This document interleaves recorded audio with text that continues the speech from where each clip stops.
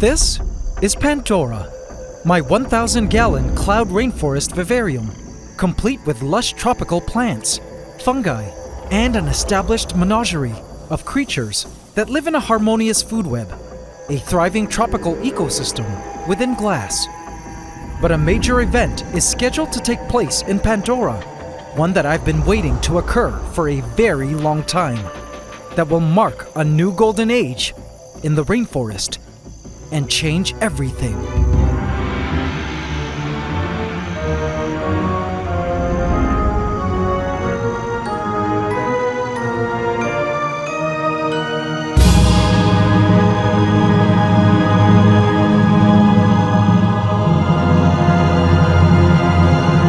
Smaug, I have a surprise for you.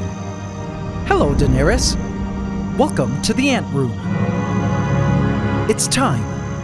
Come with me. Behold, Pantdora.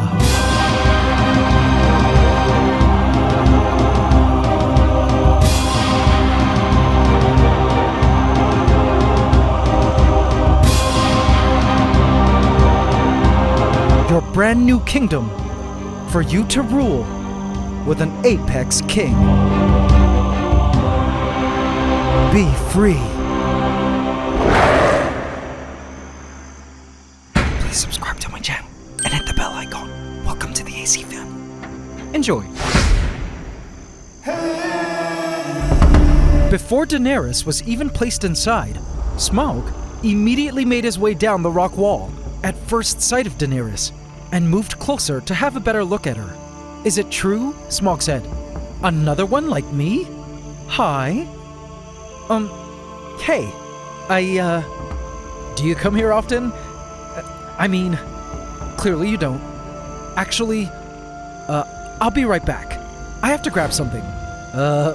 Bye. Looks like someone got nervous and tongue-tied.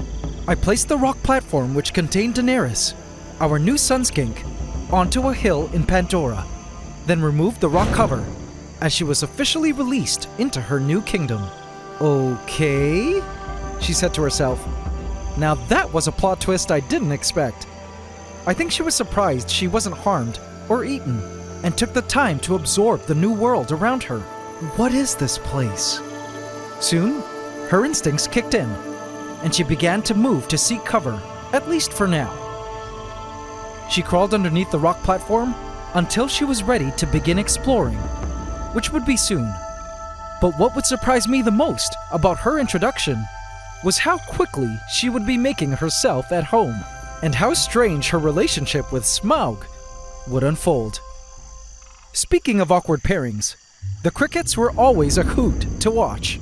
My lady, I will sing you a song.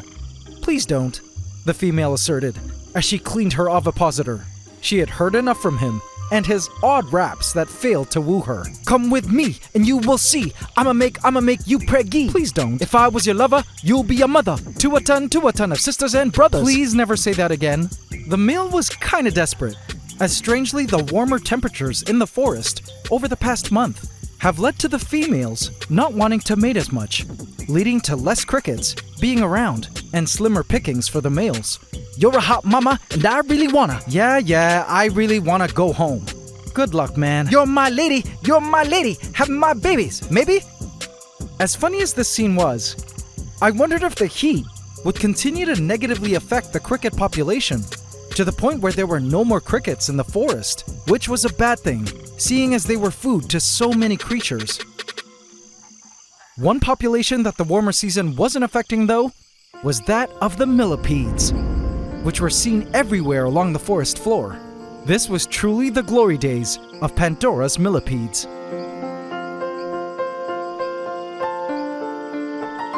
This was a good thing because they were excellent detritivores, feeding on decaying material, helping to break it down. The acrobat ants were out and about, searching the surfaces of the leaves for the sweet honeydew drops pooped out by the mealybugs from the plants all around.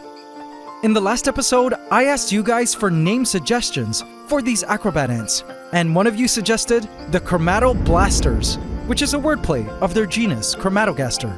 and perfectly sums up their propensity to use their formic acid sprays at any moment. So, the chromatoblasters they are. Another ant commonly spotted on the forest floor these days were the gnome ants, and it looks like they've also taken a liking to the mealybugs, but for their meat, kind of like the ghost ants that we spotted breaking into the vivarium last week, stealing mealybugs. In terms of the other ants residing in Pantdora, I actually haven't seen much. The Dark Horde, a regenerating super colony of invasive black crazy ants, was spotted last week, but they've gone into hiding somewhere. And well, the Terror Raiders, our once omnipresent marauder ants, who are lately dealing with a mite infestation, had also gone MIA. I spotted Rocksteady, our resident rhino beetle, escaping the heat by tucking himself into a moist spot in the rocks, where he would rest until his emergence at nighttime. Speaking of nighttime creatures, out early in broad daylight were the geckos. I wasn't sure why the geckos had emerged during the day, but my guess was to catch some extra food, seeing as insects like crickets were a bit more scarce at the moment due to the heat. But for now, the lizard still looked fat and healthy. And speaking of healthy, I spotted something waiting patiently in ambush. Camouflaged against the driftwood, a juvenile huntsman spider. This was the first generation of huntsman spiders, born several weeks ago from their mother, Lady Deathstrike, who sadly lost her life last week. This first gen of huntsmen, though, were starting to get big, and strangely, some were dark-colored, preferring to station themselves against darker backdrops, while others were lighter and preferred hanging out in lighter-colored areas of the forest. There was also a second generation of huntsmen, born just last week from Lady Deathstrike, and these newborns were already showing signs of rapid growth as they snatched up little insects to feast on. They were about half the size of their older siblings, but just as voracious in appetite.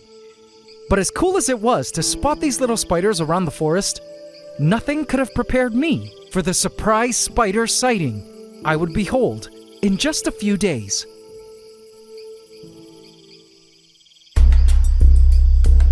But suddenly, a movement caught my eye. Our new golden dragon, Daenerys, began moving around beneath her rock. She was now ready to explore. She crawled out from beneath the rock and into the shadows of the vegetation, smelling the soils with her tongue.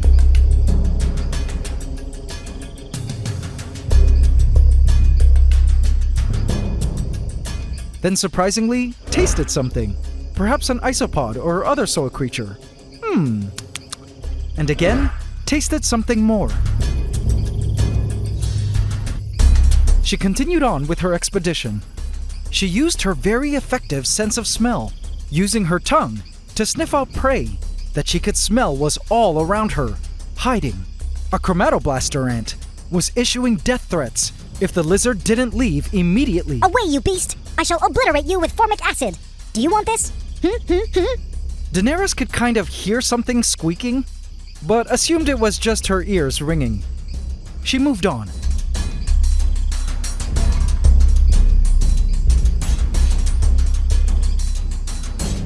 "What an interesting mountain of wood," she said as she climbed upwards. She then found a hole in the Hallelujah tree stump, and after discovering it was empty, continued her way up the stump.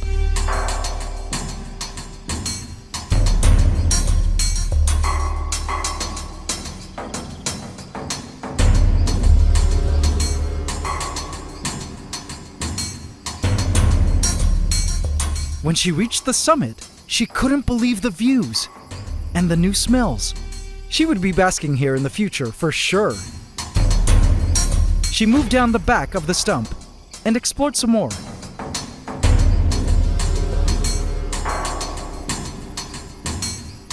There was just so much to see, and as she perched at the top of the tree stump, she looked down upon the Pandoran lands below and marveled at her new kingdom.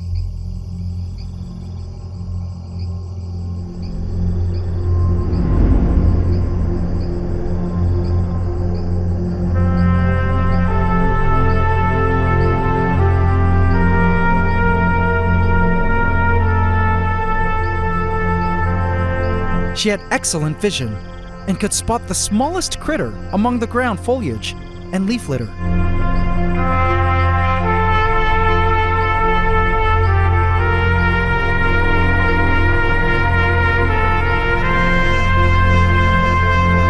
"Wow," she said as she looked up at the canopy above her.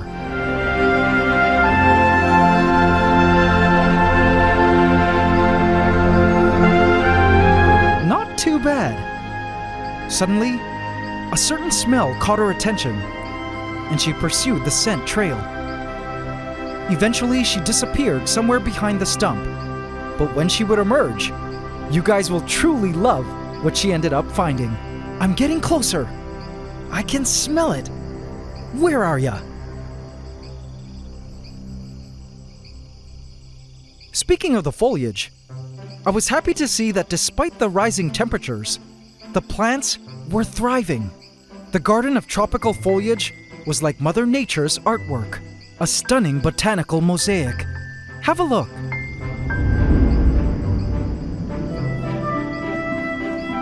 But what delighted me the most was the sudden appearance of the most gorgeous and dainty ferns. I love the look of ferns. They always gave that enchanted forest look, and I was happy to see so many ferns covering the forest floor.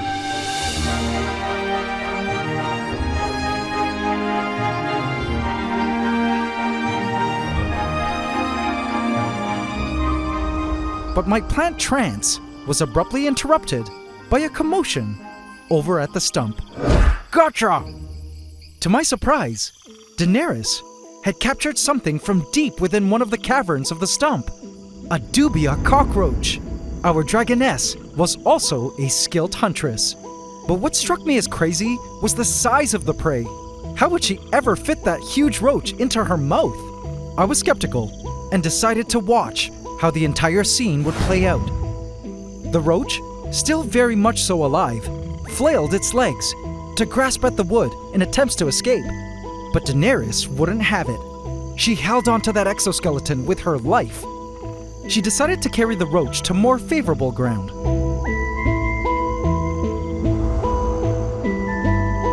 I swear, I'd seen this scene in one of the Jurassic Park movies. She proceeded to crush the roach with her powerful jaws over and over again.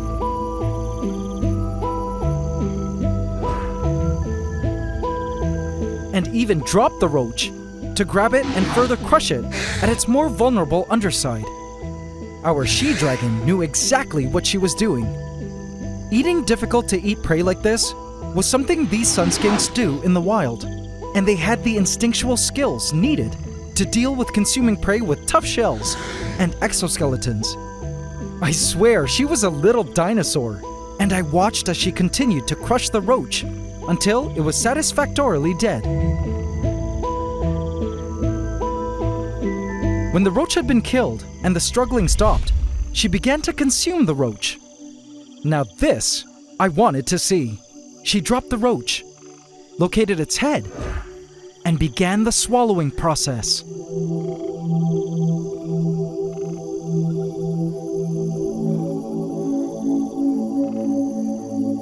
Her powerful jaw and inner mouth muscles squeezed the roach so it would fit into her mouth.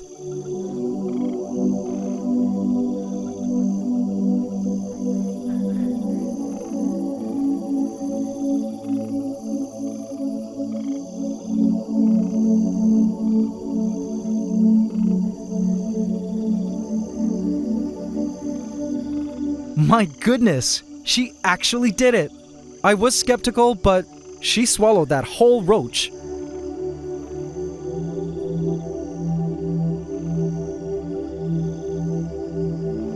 And she began to smack her lips and twist to shove the roach deeper into her stomach. Wow, what an amazing process to witness. When she was done, she checked the area of any roach legs that might have fallen off while she was swallowing. Once again, proof that she had done this many times before in her life. And with her now full belly, she began to move in search of the hottest spot she could find in order to bask and digest. She followed the heat gradient. Reptiles like Daenerys here are cold-blooded and need to thermoregulate, which means they must move to warmer areas to maintain normal biological processes, like digestion. Up here in the climbing ficus, things were nice and warm. She positioned herself under the heat lamp to soak up the heat and UV rays, with a nice and full belly. But her presence had challenged our other resident dragon, Smaug, who had emerged and watched everything. Smaug made his way down the rock wall. It was now his turn to hunt and show his new female roommate how great of a hunter he was.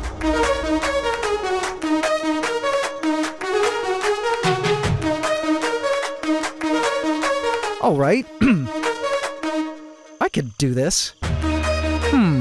I couldn't get over how much of a big boy Smaug was. He surely had been eating a ton of prey insects, and I suspect even Lady Deathstrike's dead body, which was now gone from where it was before. He began to inspect the surrounding foliage and entered the darkness of the driftwood. Daenerys watched from the heights of the moss wall. He moved to check behind the driftwood and had a taste of some gross mushroom spores. Okay, moving on. He could smell prey all around, mostly roaches, hiding in secret shadowy caverns. He managed to get a mouthful of wood fibers, perhaps from striking at prey and missing. Gross. He eventually made his way closer to the moss wall, and in an instant, Daenerys dashed away and was nowhere to be seen. What a strange dragon interaction, and not what I expected at all. Night fell in the rainforest, and as always, the spiritual mists blew through the lands like the most beautiful veil of moisture. The mists were like the spirits of creatures from Pandora's past, reincarnating in the element of water to dance again in their old rainforest stomping grounds. I was spellbound by the beauty of the rainforest on this particular night.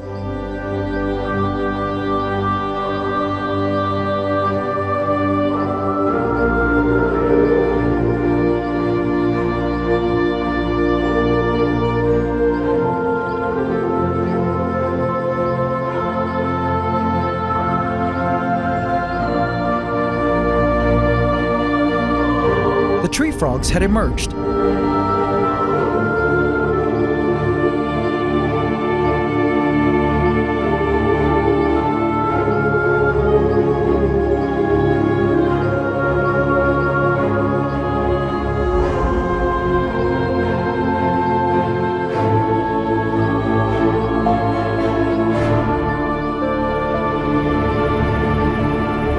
Isopods were awake, feeding on decaying material within the topsoil. I spotted a centipede, feeding on something I couldn't quite see. This was the second centipede species I've ever spotted in our rainforest, and so cool to discover. But my ultimate favorite discovery on this night was this. The termites were out again, and this time in the middle of a gigantic construction operation. Check them out. They were in the process of constructing a long highway using their poop. It was insane to see this many termites out in the open like this. They had already completed certain parts of the poop highway, which acts as a protective covering so the termites could move safely above ground to various places and feeding areas under the wood. There were two castes of termites here on site, those that were doing the work of laying out the poop bricks of the tunnel, and the soldiers who had guns on their faces to protect the busy workers, ready to squirt out an intoxicating goo at enemies like ants and spiders. This was the biggest swarm of these termites I've ever spotted in our rainforest, and it was all just amazing to me that they were unintentionally introduced into these lands by way of the stump. It meant that there was a massive queen and a king living somewhere in the soils, growing the colony bigger and bigger. You could already see the digested wood and soil they had consumed through their semi-transparent bodies. And a cool thing about termites is that they are actually related to roaches, and their colonies are comprised of both male and female workers. Unlike ants, bees, and wasps, where almost all the colony are female, their small termite mounds were gradually growing in size and connected to this new poop highway they were building. I couldn't wait to see when it was completed, but as good as seeing the termites alive and well in our rainforest was, I wasn't ready for the heartbreaking thing I discovered the next morning.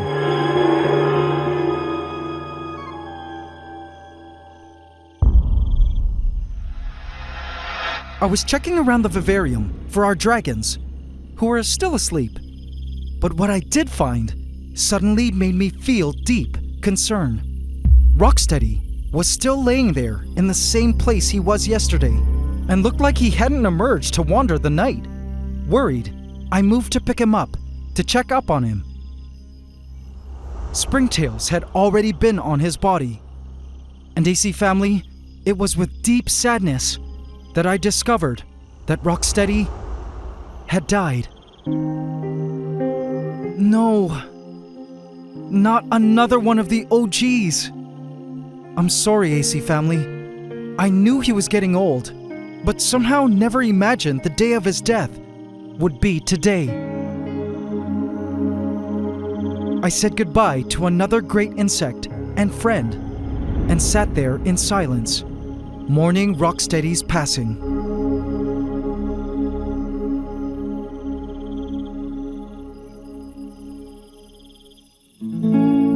Where I live, the daily temperatures are now scorching hot. It's the driest time of the year. When rain is scarce, certain trees dry up and shrivel in an attempt to self-preserve, entering a dormant state. Some animals head underground and sort of hibernate through these hot months, and others simply die. The summer months here in the tropics remind me of what it was like during the winter when I still lived in Canada, when harsh conditions spurs mass dormancy and death for a lot of creatures.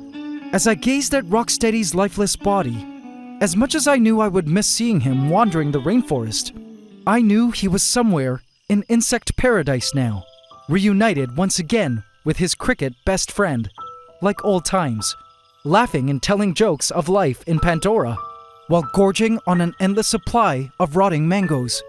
Perhaps he had a pretty girlfriend up there too. I imagined his spirit was now part of the nightly mists bathing the lands, his forever Earth home. Pantdora, being a cloud rainforest at higher elevation, is kept a few degrees cooler and gets more rain than that of the forest outside my home. But even still, the heat has had an impact on the life within the vivarium.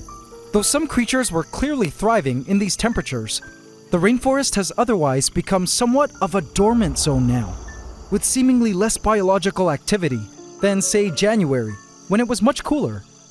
I still had hope, though, that come rainy season several weeks from now, when temperatures start to cool down again due to constant rains, the animals would once again come to thrive, and new baby insects would emerge from eggs to greet the favorable weather. Admittedly, aside from a few nomants and chromatoblasters here and there, it was so weird to see such low ant activity in Pantdora, with the once dominant Terra Raiders now nowhere to be seen. I had hoped they would emerge someday soon, so I could just write their disappearance off as the ants just waiting out the heat and not falling victim to mites. We'll have to see. Same goes for other ants that disappeared, like the giant trapjaw queen that was released here since the Gaia event, when I first populated this rainforest with creatures. I hope to still see some giant trapjaws foraging the forest floor.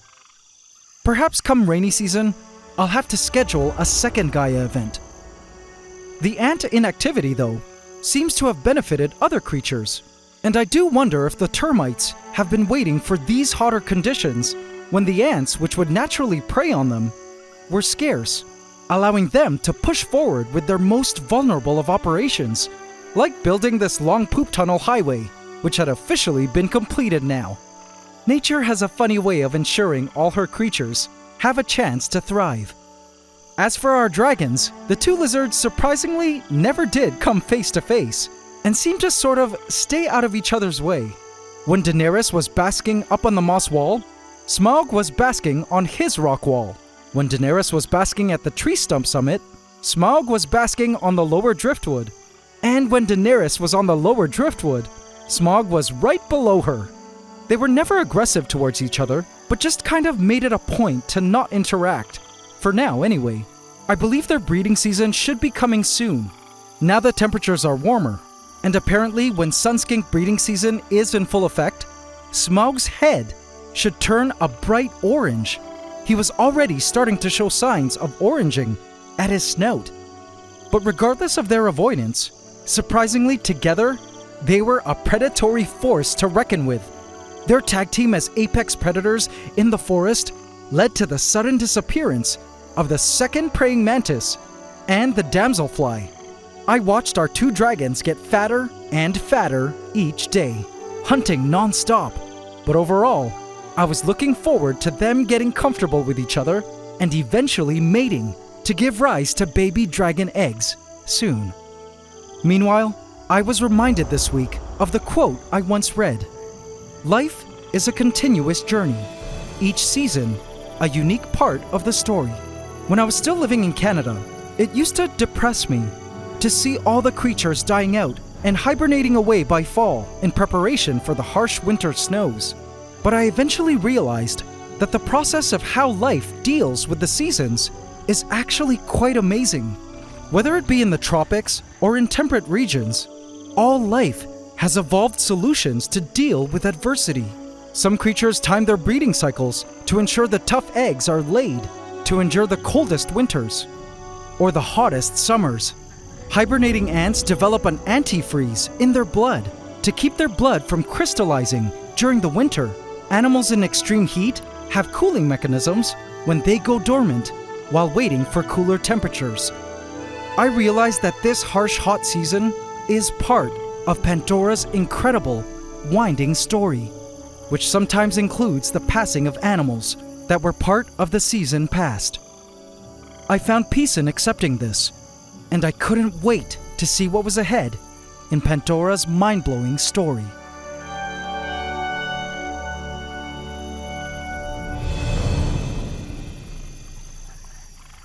But no story is complete without its set of unexpected turn of events.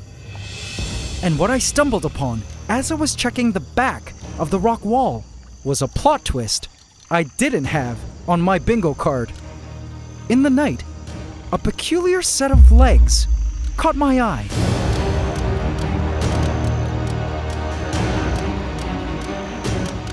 What?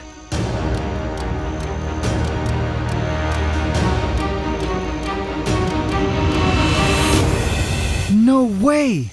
But how was this possible? Vote in my community tab to affect this story.